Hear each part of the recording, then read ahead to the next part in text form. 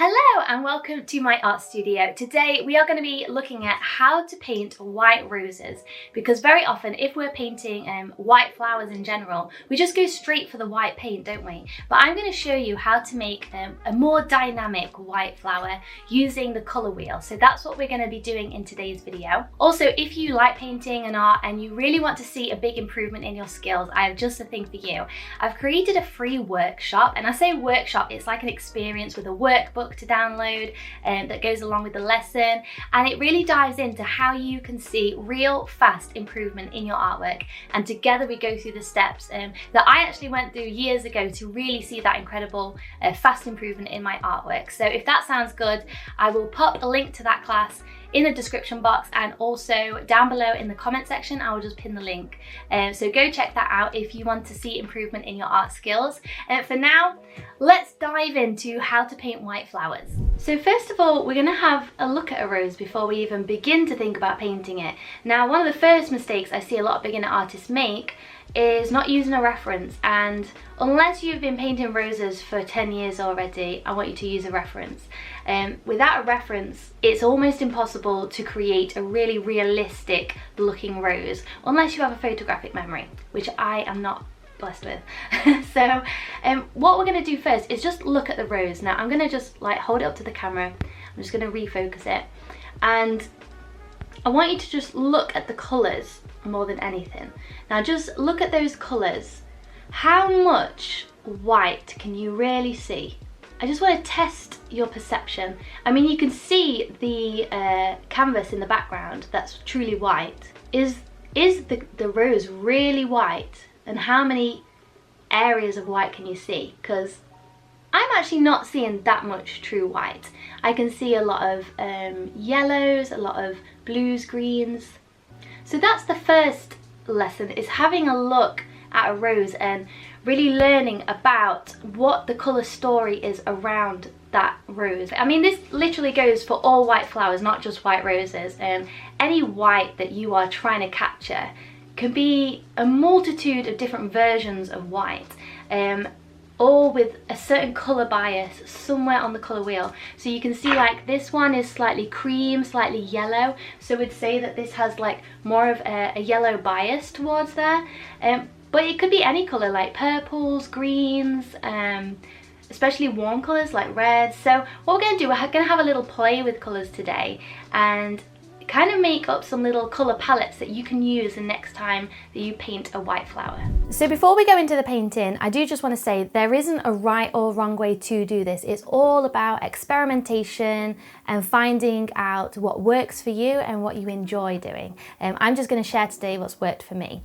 So when you have the colour wheel, you can get one online, or you've probably got one hanging around. If you have a look at where the colours are situated, you can choose, before you even start painting the rose, what kind of colour story that you want to give your painting.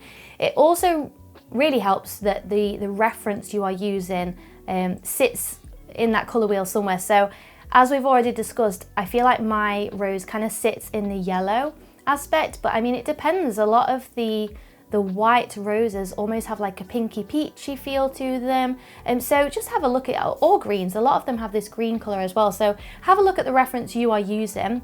I will actually attach a reference to this lesson of this flower, so you can use that photo as well if you want to, and kind of follow along with what I'm doing. So I'm gonna have start with this base colour. So once you've chosen like where your flower mainly sits in what colour category, this is like the starting place there where you can build upon it. So you can either go with the colour either side of the main colour. So actually I might choose, I'm going to choose this yellow.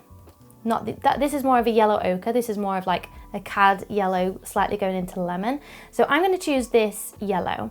So I could either go either side of that and kind of create a whole colour concept and colour story just using these kind of colours, or I could go directly opposite and use like a warm and cool shadow system. And I think for today's purpose, I'm going to actually use the opposite, because I really love to use complementary colours in my paintings. So not necessarily going to ignore all the other colours if we need to use them to mix colours, but I'm going to focus on these two colours for the kind of like highlights and my shadow. So I'm just going to pop that to the side and squeeze out some of the colours that I might need.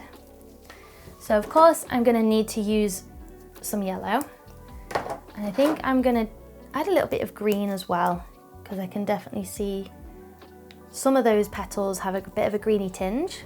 I'm going to have a bit of purple. We won't need much because purple is quite pigmented. I'm just going to have another look at my rose and just see if I feel like I have everything I need. I might want to add a bit of warmth in there because these are all very cool colours, so I might just add a little bit of magenta just in case I want to add a bit of warmth there. I'll start with that for now, and then we can always add more as we go along. And of course we need some white. And if you're just starting out and buying your first painting kit, you'll need a lot more white than you will colour, because we do tend to go through a lot more white as painters. And then I'm just going to pop my white up here. Okay, there's that for now. I might want to come back for some more, but that's okay. And then brush wise, I've got a few here. I think I'm going to go with kind of a stiff bristle brush. This is Hog Bristle Flat size 8, and this is a flat size 10. But I mean, this one's bigger, so you can ignore the sizes. Just find whatever works for you. But mainly I am using a flat brush, and I'll show you why. It's actually really nice to carve the shapes of any kind of flower or foliage, but also roses really nicely, because you get the straight hard edges, but you can also lay a lot of like flat colour down. So what I'm going to do is just rinse off my brush. And before we start painting the rose, we kind of just want to block in those shapes. So what I'm going to do is just kind of create a bit of a base colour. So I'm going to take some of the yellow, I'm going to add a little bit of the purple. Oh, see what I mean? It's quite pigmented. And then I'm going to add some white to that.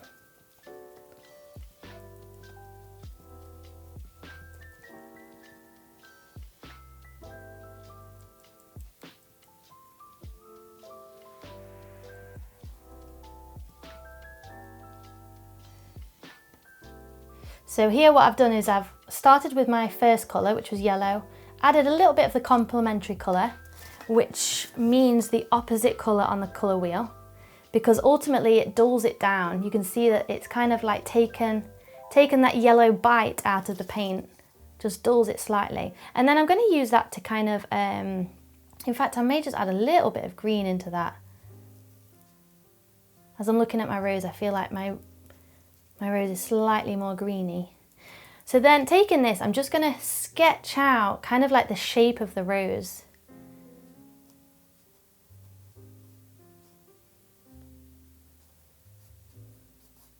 This is going to be quite sketchy. Just kind of marking out where I want all those shapes to go. I really use the triangle method when I'm doing roses. Kind of like start with triangles, and then the triangles kind of like grow and change. Not necessarily like full on triangles, but you kind of, that shape really helps you to get it. So once I kind of mapped out the basic shape, what I'm going to do is just rinse off my brush and taking kind of just like a bit of that mixture. Just going to create like a watery sketch just to block in, basically, just to take that whiteness away. So you can see that even though we're doing a white flower, we're actually starting with a coloured base, and then we're going to build upon that. Okay, so next what I'm going to do is I'm going to start from the centre of the rose, but it's totally up to you where you start. So I'm going to just make a little bit of a stronger colour with that. So I'm going to take the yellow, a little bit of that purple, just to dull it down. And I'm going to start to carve in some of those shapes that I can see in the centre of the rose. Some of those shadows.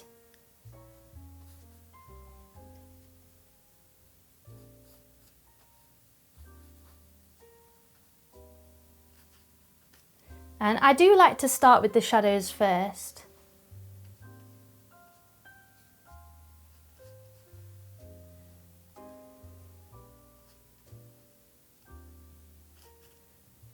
And then I'm going to take a little bit more purple with a little bit of green.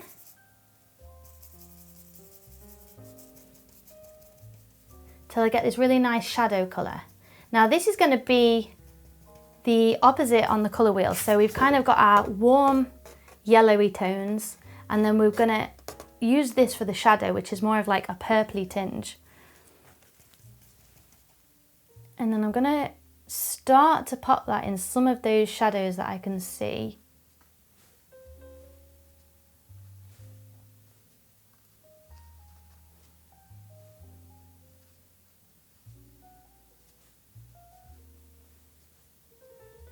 And it can be so tempting to just go straight in with the white. But when we create this kind of like basis, it's actually really nice to then start adding on the lighter shades.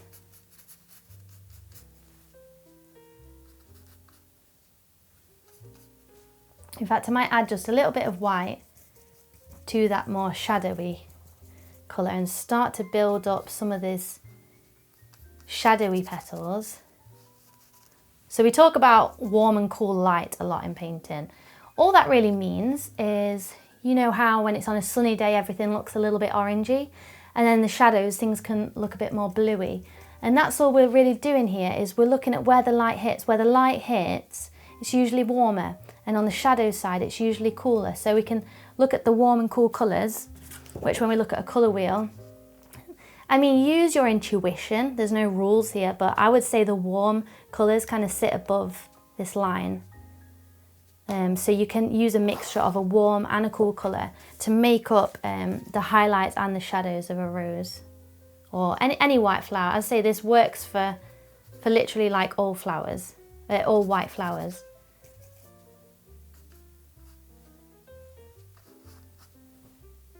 And you can kind of see it starting to take shape a little bit.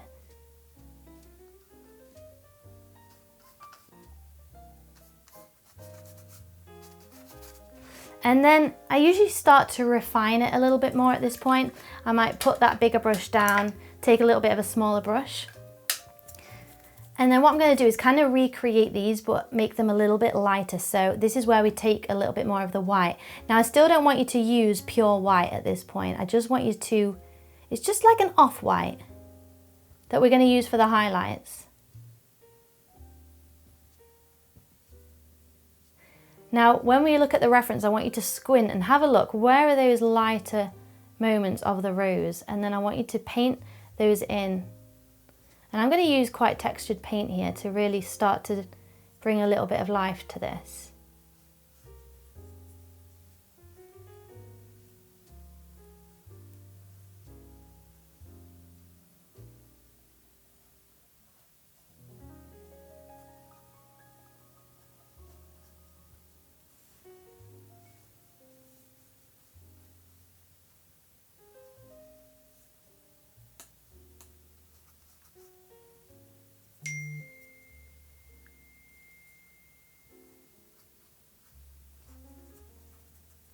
Okay, and then I'm going to rinse off my brush, and then I'm going to do like a similar thing. So just looking at the rose, I'm going to think about some of those lighter shadows.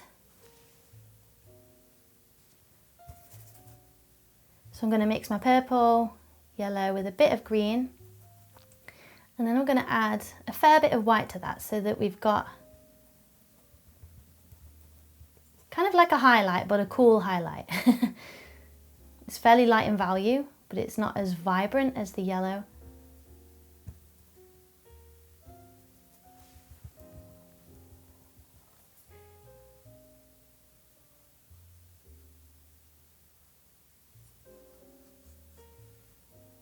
And at this point, it's just going backwards and forwards. All our paintings will be at different points, and just kind of like having a little look at the reference and seeing what your painting needs. So I might also carve into the shapes a little bit more. With it being a white rose, I might do this with a bit of a duller colour, perhaps a complementary actually. So I might take some of that purple, might add a bit of green, a bit of yellow.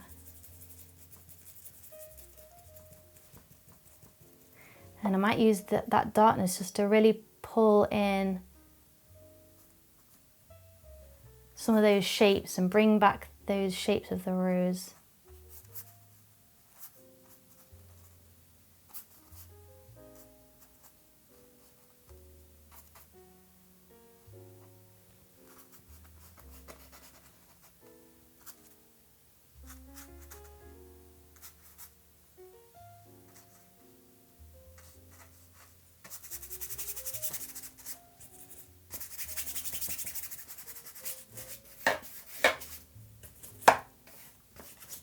So also you can use the background to really bring to life your white rose, because at the end of the day, a white rose on white paper or white background might not look so stunning, but when you add in, especially a muted background, I think it makes it sing a little bit more. I'm just going to take these highlights down, these bits that I've not filled in yet.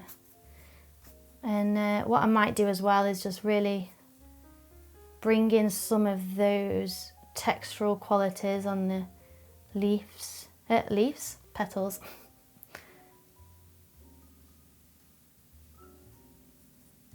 This is a bit of a harsh line. Just blend that out slightly. And I can even use a bit of this light warm highlight just to draw some nice light attention on where the light is just hitting those petals.